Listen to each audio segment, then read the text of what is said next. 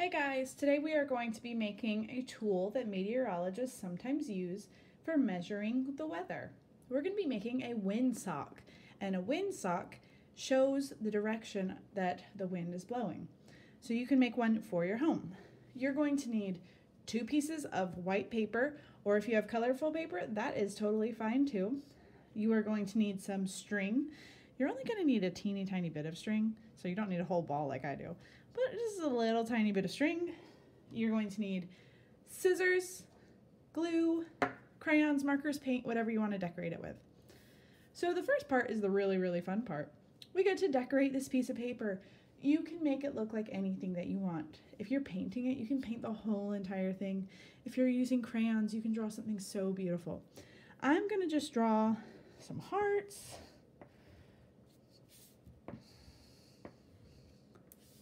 I'm going to color them in.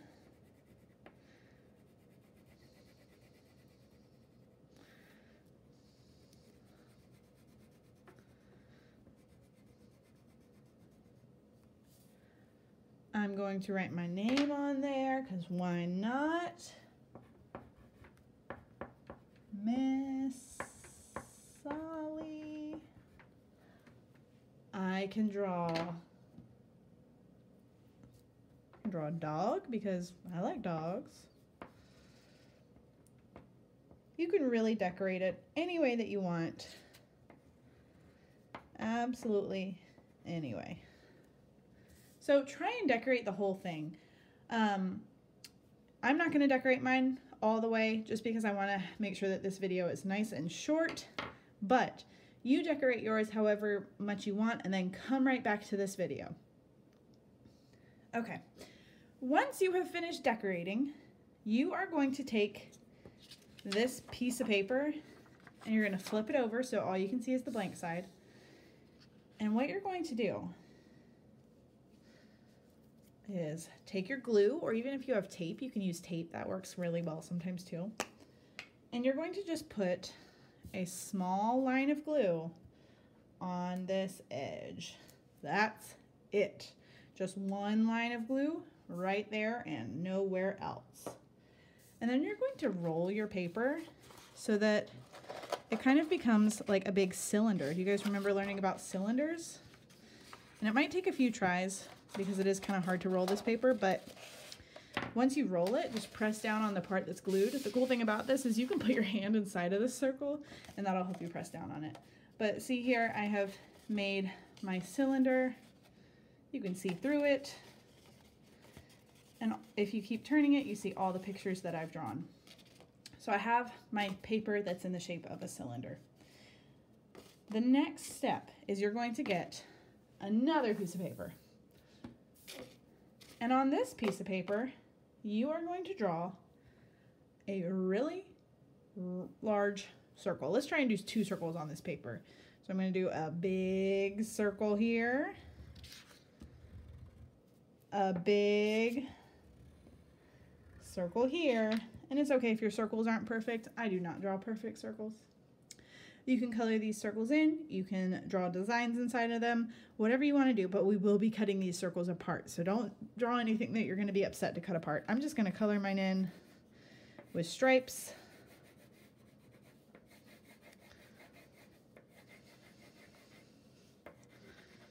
So it's got some stripes on one.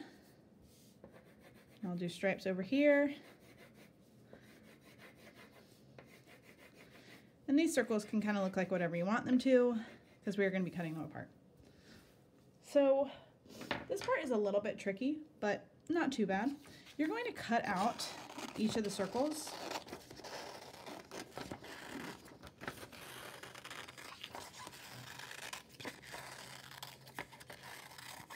And once you've cut out the circle, you are going to do what I call making a snake. Because once it's done, it's really going to look like a curly snake. So I'm just going to start cutting in a spiral, and I'm cutting off just a teeny bit of it.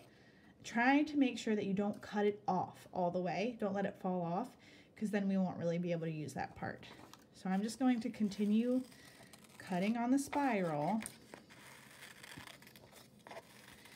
You could also use like streamers or ribbons if you have those at home, but like I said in other videos, we're gonna work with what we've got, and right now all I have is paper.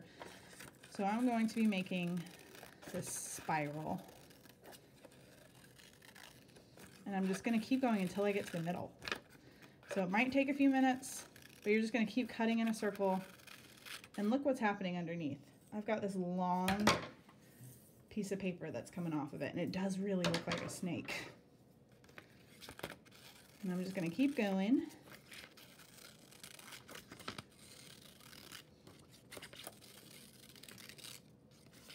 All right, and I've gotten to the middle, so I'm gonna stop in the middle. And I'm gonna put that one to the side so I can do my next one. But look how long that is. That's crazy. All right, I'm gonna do another snake, so I'm cutting out this circle.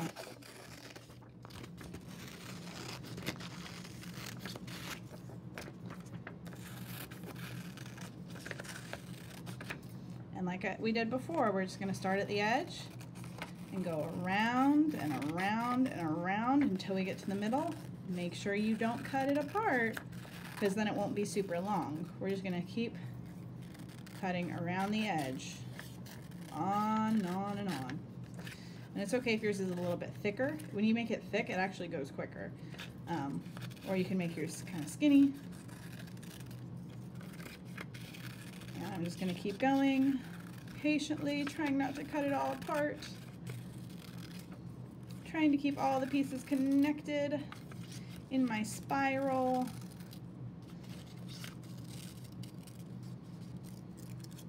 And bam, I've got my second snake. So now that you have two spirals,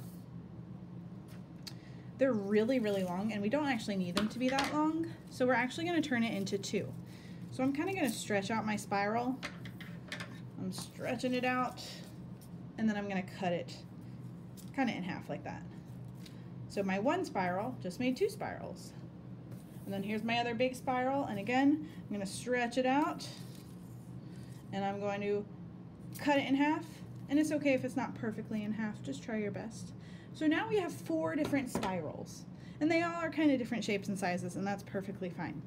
But you're gonna find the end of each spiral, and you're going to glue or tape the end of the spiral to the cylinder that we made earlier. So just one of the ends, the other end is gonna kind of fly free like that. So I'm gonna take my glue, and I'm gonna put it on the end of my spiral right here. I got some glue on the table. I guess I'll have to clean up later. Okay, so I've glued on just the end, and so now the other side is just kind of flying down. And then do it to all of them. So glue on the end, and put it on there. So I've got 2 spirals on there now. Let's do another one. My windsock has fallen over. All right, glue on the end, and putting it on the side. And the way that I'm doing this, I'm spreading out the different pieces that I'm gluing on so that they're on all 4 different sides. They're not all right next to each other. All right, and my last one, putting a little bit of glue on the end and gluing it onto my cylinder. Awesome. So now it kind of looks like a giant squid or an octopus with lots and lots of tentacles coming off of it, but that is not what it's gonna be. So I'm gonna lay it on its side because it keeps falling over. This is when we are almost done. We just have to get it so that it can hang up outside. So one way to do this is to use a hole puncher. If you don't have a hole puncher at home, you can use scissors and just work really carefully. So with your scissors, you're gonna go about 1 inch down on the paper. Don't do it all the way at the top. And just make a small hole. So I've made a little bit of a hole, and I'm gonna take my string and I'm going to feed it through the hole. And then, so I've put it through the hole and through the other side, and I'm going to tie it in a knot. Don't squeeze the knot too tight, because if you squeeze it really tight, it's gonna break the paper. So it's okay if your knot is kind of loose. If it's loose, just double knot it like I'm doing. This might be a part where you might need help from mom or dad or a sister or a brother, and that is totally fine. This is tricky. So I've tied a knot on one side, and I'm gonna do the same thing where I make a hole on the other side, about an inch down, just like that, and I'm poking a tiny hole, taking my scissors out. I don't wanna rip my paper too much. So then I'm going to take the other side of my string, and I'm going to do the same thing where it's going to go through the hole.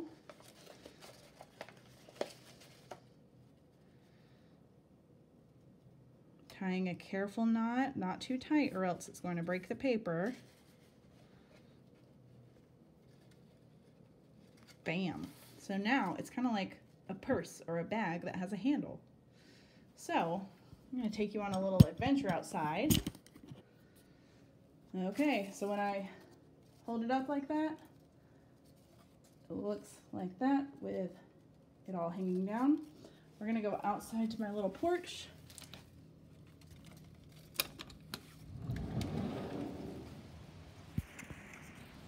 And if I hold it out, the wind is already blowing it. Look at that. So that shows us what direction the wind is blowing it. And if you have somewhere to hang it, like a tree, you can hang it outside. I have that hook all the way up there. I'm gonna have to use a chair, but if I climb up there, then I can use it. But watch, the wind is gonna blow and it's gonna carry it. Make sure you don't let it go or else it's gonna fly away. But look at that, the wind is blowing and it shows you what direction it's blowing. How cool. I hope you guys have fun making a wind sock.